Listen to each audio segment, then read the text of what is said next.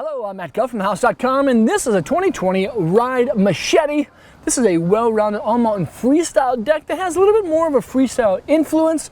Now, this board can be ridden by a beginner all the way to advanced level riders, but if you are a beginner, hopefully on the more higher end level of the scale or more advanced level of the beginner scale, this is a well-rounded deck though.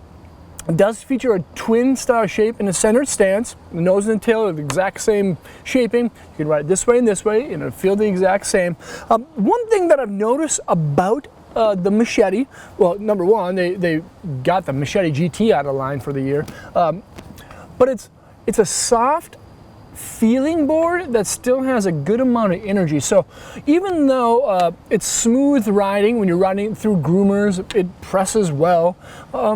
When you put energy into it, it really bounces you back. So it has a really good amount of ollie pop. There's a twin hybrid rocker profile shape. And again, I don't know why the guys at Ride, come on. Why would you call it rocker when most of it is camber? I don't get that, but for the most part, it's a wonderful profile shape. You'll see underneath and between the feet, the board has camber. That camber is gonna provide stability while it's on an edge and good amount of pop, while it also has a little bit of rocker to up-kick those contact points to make it a little bit more catch-free. So it's not like a traditional camber board, and just a little bit more loose and not as catchy up in the contact points. But I will have to say, with everything that's inside of the Machete, again, it's smooth riding, but still has good pop and explosive energy. The feel and flex rating of the Machete is going to be about a 5 or so, and has a twin flex, so the nose and tail will flex out the same. Then there's that performance core. It's aspen, a little bit of polonium to keep it lightweight. Surprisingly enough, biax fiberglass both on the top and the bottom that makes the board torsiony pliable, and I feel that it has a little bit more kind of twisting action in between the feet rather than on kind of the nose and the tail area. And that's because of some of the additional laminates. Now, Ride's kind of stepped away from doing slime rods, I feel, in the last couple of years, but the Machete still has slime rods. They're basically urethane rods with that are sandwiched by carbon, both on the nose and the tail, in basically two sections. They kind of run in strips that are about a foot long or so, that run parallel to the edge. And then, of course, there's also going to be double impact plates underneath the interpack areas that give the board just a little extra strength in those kind of like crease areas caused by some bindings. And then along with that is Carbon Array 3. It's carbon that actually gives the board just a little bit more energy, and those carbon strands start at each contact point and radiate across the board through those interpacks too. So there's kind of a lot going on with the deck, but it's really not that stiff, which is kind of fun, but it does have loads of energy.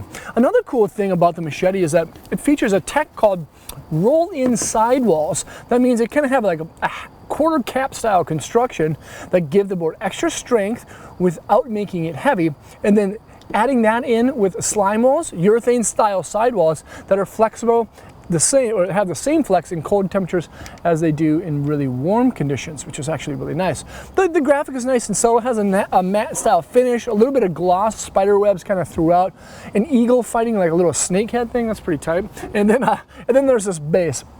This is a sintered style base that features a good amount of structure to it because of the kind of new stone ground style applications that they're doing to the bases. That's one thing I've noticed about Ride for the 2020 season. They're really pushing the verbiage for the stone ground bases, and I think that's for a good cause. It's kind of a new thing that they're kind of moving forward with. They've done stone grinding before, but it seems to be this season, the depth of the structure is just going to be a little bit more gritty and a little bit deeper, which is nice.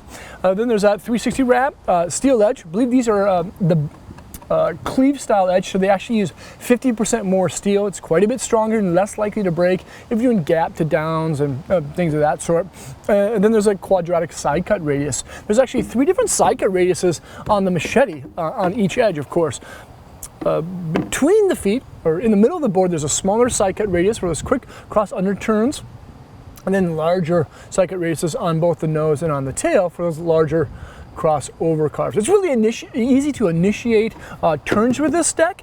And another cool thing about the Machete is that it's pretty damp.